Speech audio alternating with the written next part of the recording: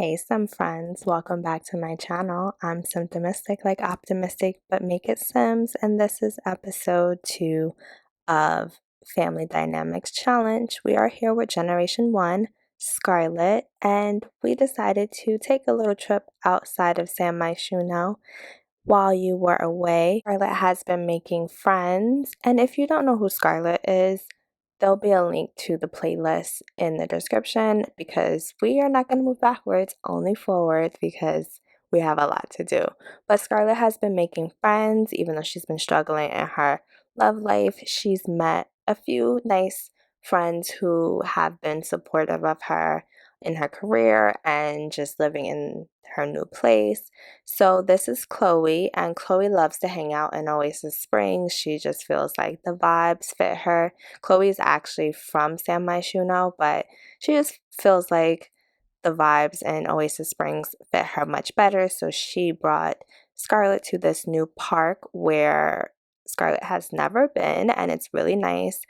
Please remember that I'm playing in the save file by SweeteWright, so a lot of these builds are hers. I will let you know if I change anything or if I decide to replace anything from the gallery. So yeah, this is a little bit about Chloe Weston. That was super quick, but girl, she's a supporting character. She's not main character. You don't need to know that much. Just kidding. Scarlett's still getting to know Chloe, so there's actually not that much to learn about her quite yet, but I'm sure we'll learn more. So they are just getting in a good game of horseshoe. I love that this is in the park because I feel like you don't get to play it that much. And Scarlett had to go to the restroom, so you get a nice walkthrough of this build, which is gorgeous. Like, this is a really nice park, and like they have nice couches. They have like a little kiddie area that you can see over there. The Sims in here look good. So yeah, Scarlett is going to go to the restroom and then probably look around the space a little more. While Scarlett was in the restroom, Chloe had to go. She had an emergency, a leaky pipe in her apartment, so she had to go back to the city and she had to take a Uber.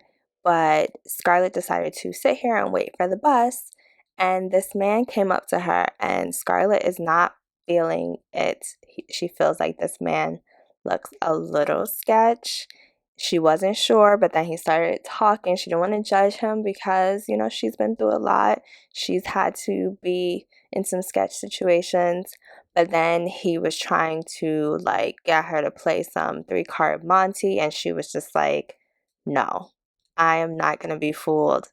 I've lived this life. I may be young, but I am not naive, and she's not here for it. So just another reminder that Scarlett is young and she is ambitious and she's just starting out, but she will not be fooled. It is about a week later, and Scarlett is actually on a date. She met this guy. He works at one of the he's a vendor at one of the little pop-up, what are those things called? Like those little kiosks where they sell the food. He's a vendor there. And they kind of hit it off one late night because Scarlett has been kind of out exploring the neighborhood. And so she really took a liking to Bryce and he asked her out. And so now they're at a cafe shop around the corner from her house and they're just hanging out, chilling, getting to know each other. She finds out that he is a university student. And she likes that because she knows like that he's young and he's kind of figuring himself out. She also likes that Bruce is a physics major, so something totally different from what she normally does. So they hit it off and it seems like things are starting off nicely. A few days later, Eric hits her up. You remember her neighbor Eric that she went on a date with and he took her to the flower shop but kind of was not really feeling her like that or just didn't want to be serious with her. Well, he hits her up and it's like, oh, I can smell you're cooking good food. Why don't you let me come inside? It's so awkward because, you know, the walls are thin in these city apartments and he can hear her moving around, but she wants nothing further to do with him. It's just, this is why you don't date your neighbors. Like, I'm sure it has worked out for some people in the world, but it could be tricky if it doesn't work out. So she tells him she's busy, just she doesn't want to be bothered. And she's like, you know what? I'm going to hit up Bryce and see if he wants to go to the movies. So that is what she does. They have a great time at the movie theater, and she doesn't really like the movie, but they have a good time kind of laughing and joking off of like how boring the movie was. They still connected and it was a great vibe. So that was date 2 with Bryce, and she's happy. The next day, Scarlett stops by Bryce's kiosk before going upstairs to her apartment to talk to him, and he's kind of like, yeah, I don't really need you to stop by here anymore, especially without a plan.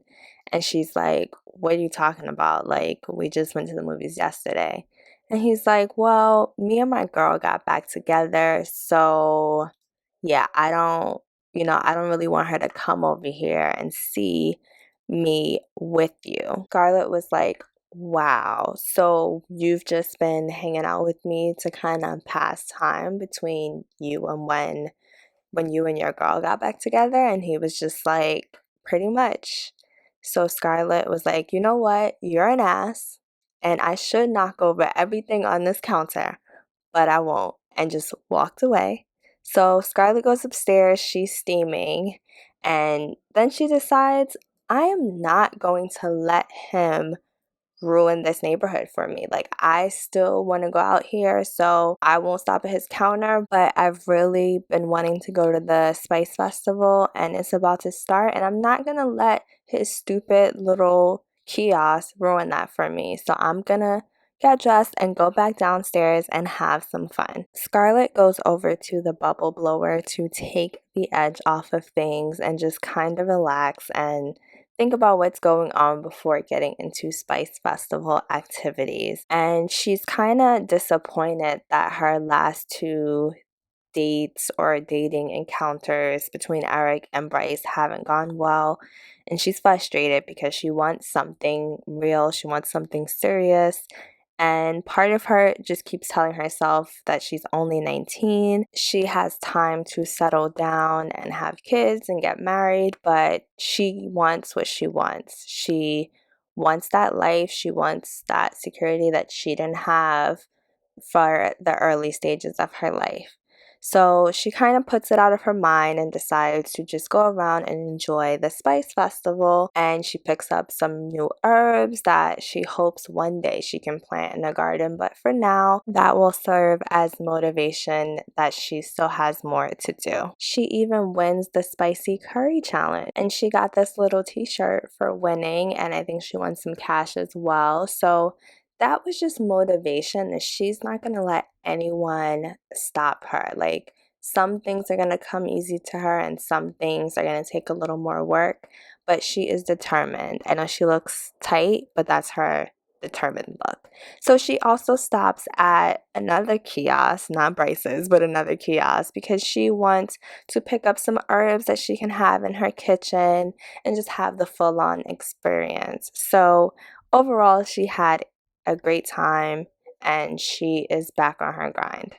All this time, Scarlett has been posting on some Instagram and just sharing her experience as an up-and-coming chef because she knows it'll help her get the notoriety to be a world-renowned chef and to have like a following. Her posts from the Spice Festival have been doing numbers and she's gained some popularity, which is really exciting, and she's going to use that popularity in a way to help her career. So with this fame, she'll be better at networking, and she's hoping that this will help her career. So we are starting off or ending the week much better than we started the week. To continue the momentum, she actually decides to go to the Fenwick Fair and kind of check that out. She can give her followers like a chef's perspective on the fair and just see what they like. But after traveling all that way, she's disappointed. Everything doesn't look as it looked on TV or the fairs that she's seen on TV, because this is kind of a local fair. Like, the plants look diseased and just not impressive. So she decides ultimately not to share this on her some stuff, but she was trying to step out of the box, so she'll go back to posting more about her cooking and those experiences. After going to work that night, Scarlett finds out that she has been promoted to line cook. Amazing. So she's really stepping up, getting to where she needs to be. She has an official jacket. And, coming home at 2 a.m., this makes it all feel worth it. The next day at work, a celebrity's agent calls about needing a caterer right away to do a really quick event. And the master chef is not available. And Scarlett is just like, yeah, I can do this. Like, it's fine. And the person calling doesn't know that like Scarlett is not in the position to do this at all. They just want someone from this company to come, and Scarlett just decides to take it upon herself to do this. Now, look, I know you guys can see that if she does this, she will lose her job, but I don't always play based on the consequences. Like, I know the consequences, but I feel like Scarlett's character would actually do this. So I'm going to let her do that, and we're going to deal with the consequences. Let me know in the comments how you kind of handle those things. Like if you do it based on the consequences or you kind of let the sim play it out as they would. Unfortunately, this means Miss Moore has lost her job, and she is really disappointed because she did not think this was how this would go. She thought it would just be fine. Like once they saw that she could do a fabulous job and she didn't embarrass the company, it would be fine. But this company cares about hierarchy and protocols. So unfortunately, that was the end of her job. Now, more people know who Scarlett Moore is, and she even has a famous friend whose event she did, and the friend wants her to do more events, but she's a little disappointed. It's like triggering something in her because she knows what it's like to lose employment. She knows what it's like to lose the money that you thought was guaranteed. So she is just gonna go in her bed and cry it out and just kind of work through her emotions and see how it goes. Scarlett is going through it. She wasn't even able to go to sleep since she's been home from work. She's over here drinking and eating popsicles. It's like that sometimes, Scarlett. For a brief second, she thought like, oh, I probably do not need this job, but she knows that like she can't get these gigs on her own. She was only able to get this gig with the celebrity because she was tied to the company. Like she needs that accreditation. Is that how you say it? Y'all know what I mean. But she needs like that credit in order to be able to be a legitimate chef. It's almost like having her license. So she is frustrated because the only way to solve this is to essentially start from scratch and hope she can get hired by another company and they aren't too worried about her being fired. Scarlett is so desperate to feel better that she even goes on a run or a fast walk. She goes to exercise. Like she heard that works.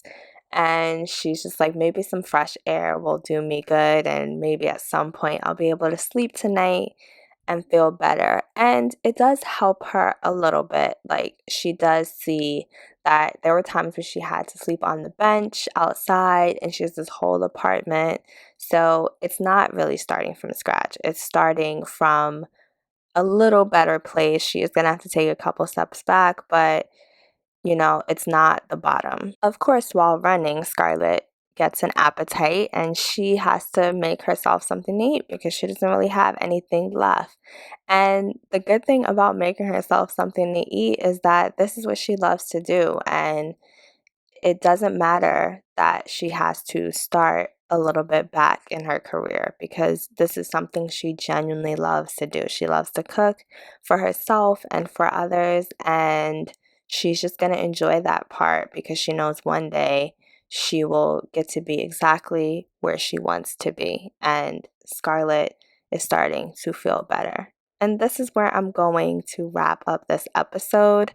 thank you all for watching. I hope you enjoyed this episode. I hope you enjoyed the pace. I can't wait to hear what you think in the comments.